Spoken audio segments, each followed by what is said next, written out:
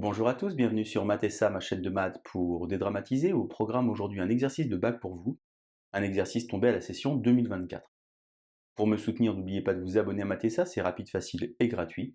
Je vous rappelle également que depuis la rentrée 2023, vous avez sur www.mathessa.fr tous les documents support pour une année scolaire sereine et réussie. On a donc aujourd'hui un exercice complet et extrêmement classique. Je vous insère évidemment sur la partie droite de l'image l'énoncé, que vous aurez juste après en grand sur votre écran, avec un contenu extrêmement précis. Calculer les coordonnées d'un vecteur, la base, démontrer que des vecteurs sont collinéaires, démontrer, et c'est plus rare, que des points sont coplanaires, un vecteur normal a un plan, équation cartésienne d'un plan, équation paramétrique d'une droite, intersection naturellement d'un plan et d'une droite, norme d'un vecteur, et enfin, et c'est également plus rare, aire d'un trapèze, et bien sûr volume d'une pyramide. Dans la plupart des exercices, la pyramide est un tétraèdre.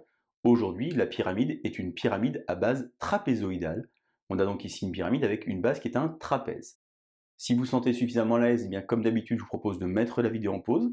Vous allez tenter de faire cet exercice de bac préparé pour vous. Et on se retrouve évidemment juste après pour la correction. Allez, un brouillon, un crayon, et c'est parti.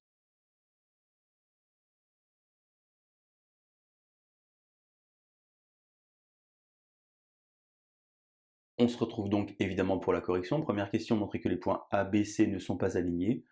En d'autres termes, il faut montrer que deux vecteurs formés par ces trois points ne sont pas collinéaires. On va donc évaluer d'abord les coordonnées du vecteur AB.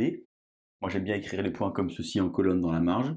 Extrémité moins origine, 4 moins 3 ça fait 1. Moins 1 moins 1 ça fait 0. 0 moins 1 ça fait moins 1. Pour AC, 0 moins 3 ça fait moins 3. 3 moins 1 ça fait 4. Et 2 moins 1 ça fait 1. Alors pourquoi est-ce que ces deux vecteurs ne sont pas collinéaires? Eh bien, vous pouvez soit diviser chaque coordonnée par l'autre coordonnée, mais ici, puisque vous possédez sur les 6 coordonnées un seul 0, il n'existe pas de nombre tel que 0 fois quelque chose égale 4. En d'autres termes, ici, les vecteurs ne sont pas collinéaires, et donc les points ABC ne sont pas alignés, c'est-à-dire que les points ABC forment un plan de l'espace. Ensuite, on vous demande de vérifier que le point D est sur ce plan, en d'autres termes que les points A, B, C et D sont coplanaires. Alors la technique consiste à déterminer deux nombres alpha et bêta, tels que AD égale alpha AB plus bêta AC. En d'autres termes, exprimer AD comme une combinaison linéaire de vecteurs AB et AC. On va donc évaluer les coordonnées du vecteur AD, de nouveau extrémité moins origine. 4 moins 3, ça fait 1. 3 moins 1, ça fait 4. Moins 2 moins 1, ça fait moins 3. AB, je l'ai ici. Alpha, 0, moins alpha. Et AC, je l'ai ici. Moins 3, bêta. 4, bêta. Et ici, bêta. Alors au milieu, vous voyez que c'est un peu factice car j'ai directement bêta qui vaut 1. Ça veut dire que maintenant, il faut que sur les deux autres lignes, eh bien, j'obtienne la même valeur pour alpha. Si je mets 1 ici, j'aurai moins 3, moins 1, moins 4. Si moins alpha égale moins 4, alpha égale 4. Si je mets 1 ici, j'aurai moins 3. Changement de nombre plus 3, alpha égale 4. Le système est donc compatible. Je peux donc affirmer que AD, c'est 4 fois AB plus 1 fois AC. En d'autres termes, les points A, B, C et D sont coplanaires. Alors ici, il faut donc montrer qu'on a un trapèze. Un trapèze, c'est un quadrilatère avec deux côtés opposés qui sont parallèles, pas nécessairement de la même longueur. Donc on va d'abord évaluer les coordonnées du vecteur CD. De nouveau, attention, 4 moins 0, 3 moins 3, moins 2 moins 2. Je me rends compte finalement que les coordonnées du vecteur CD et les coordonnées du vecteur AB sont proportionnelles. J'ai donc ici des vecteurs qui sont collinéaires, et si les vecteurs sont collinéaires, eh bien les segments AB et CD sont donc parallèles, car les deux vecteurs ont finalement la même direction. Ensuite, on vous donne un vecteur n de coordonnées 2, 1, 2, et on vous demande de montrer que n est un vecteur normal au plan ABC. Alors d'abord, on est sûr que ABC forme un plan, c'était la première question. Pour montrer que n est normal au plan ABC, il faut montrer que n est orthogonal à deux vecteurs non collinéaires du plan. C'est ce qu'on a vu ici tout à l'heure. On va donc évaluer n scalaire AB. Donc n c'est 2, 1, 2. Je vais donc avoir 2 fois 1, plus 0, moins 2, en d'autres termes, 0. Ici, je vais avoir 2 fois moins 3, moins 6, plus 4, plus 2, 0. j'ai bien que n est orthogonal à deux vecteurs non collinaires de ABC. N est donc un vecteur normal, attention à l'article, au plan ABC. Alors, puisque n est normal au plan ABC, et vous savez que l'équation cartésienne d'un plan, c'est ax plus by plus cz plus d égale à 0, avec ABC les coordonnées du vecteur normal. Et bien donc, on va avoir directement ici 2x plus y plus 2z plus d égale à 0. Pour pouvoir trouver la valeur de d ici, on va prendre un des points du plan, A, B ou C, et même d'ailleurs D, puisqu'ils sont coplanaires, et on va injecter. Moi, j'ai choisi de prendre A parce que c'est le premier. Donc, j'ai 3 moins 1, 1. J'ai donc ici 2 fois 3, 6, moins 1, plus 2 plus D égale à 0. Finalement, j'obtiens ici que D égale à moins 7. Et je peux donc donner l'équation cartésienne du plan ABC. Attention, il y en a une infinité, parce qu'elles peuvent être proportionnelles, qui va donc s'écrire 2x plus y plus 2z moins 7 égale à 0.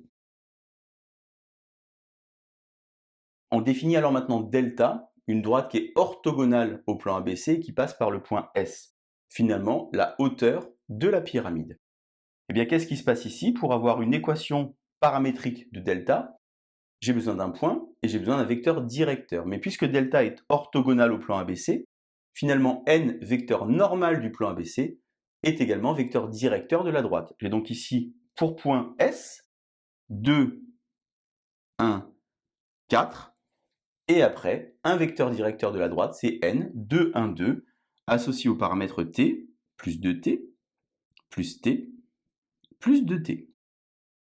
J'ai donc écrit ici un système d'équations paramétriques pour la droite delta, droite qui passe par S, qui était orthogonale au plan ABC. Maintenant, on vous donne I, l'intersection de la droite et du plan, et dans l'énoncé, pour pouvoir vous permettre de faire la suite si par hasard vous n'y arriviez pas, on vous donne les coordonnées qu'il faut trouver pour I. Ça induit alors donc deux méthodes possibles. La première consiste à prendre les coordonnées de I, à les injecter dans l'équation cartésienne que j'ai trouvée ici, et à vérifier que ça fait bien 0, en d'autres termes que I est un point du plan ABC. Ensuite, poser les coordonnées de I ici, et vérifier la compatibilité du système en trouvant sur les trois lignes la même valeur pour T.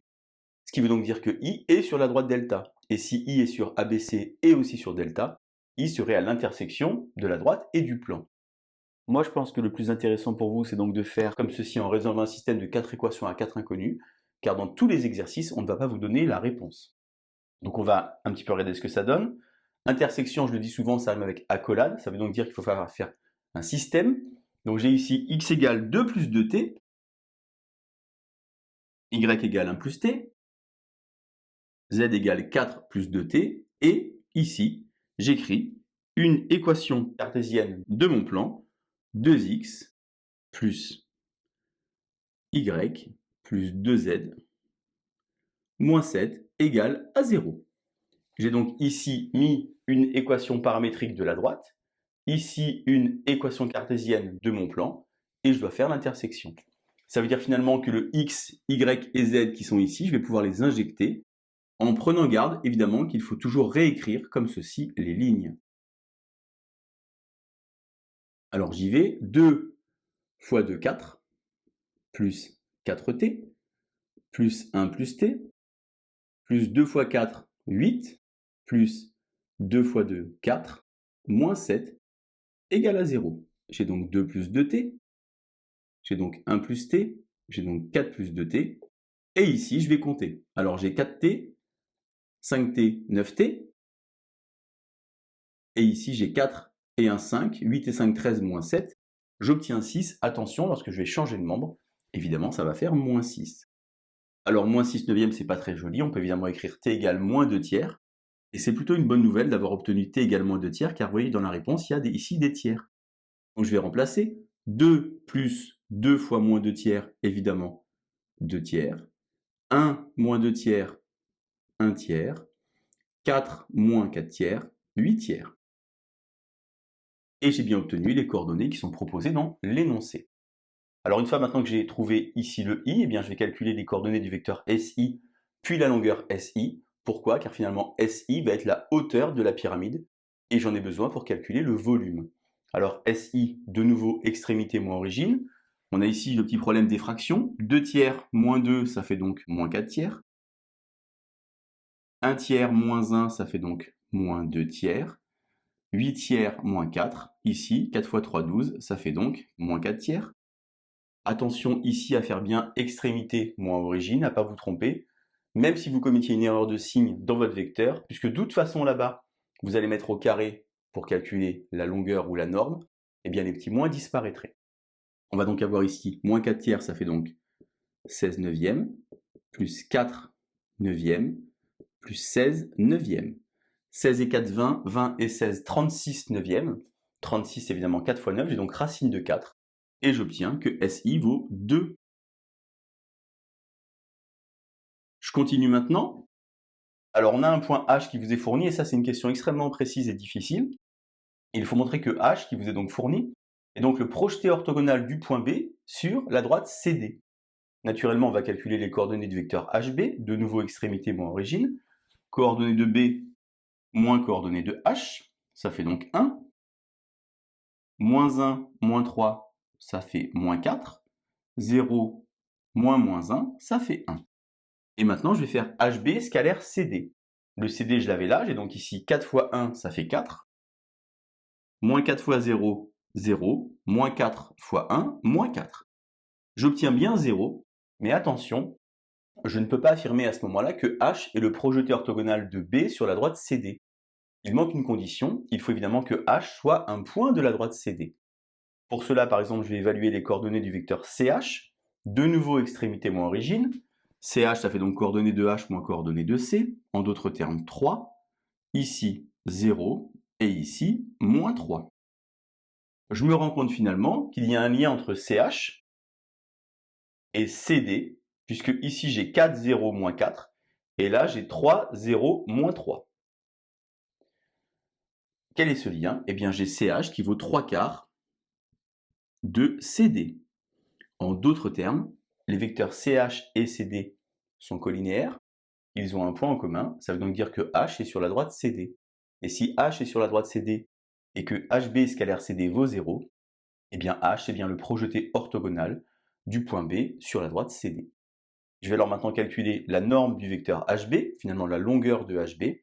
Pourquoi faire ça? Car évidemment, je vous remets ici là-haut l'incrustation. Vous vous rendez compte que sur mon trapèze, eh bien finalement HB va correspondre à la hauteur du trapèze. Alors comment est-ce que je fais? Eh bien c'est très simple, puisque j'ai mon HB qui était ici. 1 au carré, plus 16 plus 1. J'ai donc ici racine de 18. 18 c'est 9 fois 2. J'ai donc ici que HB vaut 3 racine de 2 cm. Maintenant, je vais trouver l'aire donc du trapèze, donc la formule qui est rappelée dans l'énoncé, petite base plus grande base divisée par 2 fois la hauteur. La hauteur, je l'ai, je viens d'en parler, c'est 3 racines de 2. La petite base sur mon incrustation, évidemment, c'est la longueur du départ, c'est-à-dire c'est la longueur AB. Norme de AB, racine carrée de 1 au carré plus 0 au carré plus moins 1 au carré, évidemment racine de 2. Et ici, il faut que je fasse pareil pour CD. Alors, puisque CD, c'est 4 fois AB, eh bien la longueur va être multipliée par 4, et donc j'ai ici 4 racine de 2. Un petit calcul simple. Ici, j'ai racine de 2 plus 4 racine de 2, ça fait donc 5 racine de 2. 5 fois 3, 15. Racine de 2 fois racine de 2, ça fait 2 divisé par 2. J'obtiens alors que l'aire vaut 15 cm². Et maintenant, enfin, j'arrive au résultat qui consiste donc à déterminer le volume de la pyramide. Ici, une pyramide qui n'est pas un tétraèdre, car la base n'est pas un triangle, mais un trapèze. R de la base, 15 que je viens de trouver, fois la hauteur, qui évidemment dans l'énoncé est donnée par SI, divisé par 3. Je vais donc avoir 15 fois SI, je remonte sur l'exercice 2, divisé par 3, et donc j'obtiens le volume de la pyramide à base trapézoïdale, qui vaut donc 10 cm3. Voilà donc Bac 2024 Asie, volume d'une pyramide, extrêmement technique, mais qui contient quasiment toutes les notions à connaître en géométrie dans l'espace. Je vous laisse vous entraîner, je vous laisse surtout vous abonner et partager à vos amis, et je vous dis à bientôt sur Matessa. Bonne journée!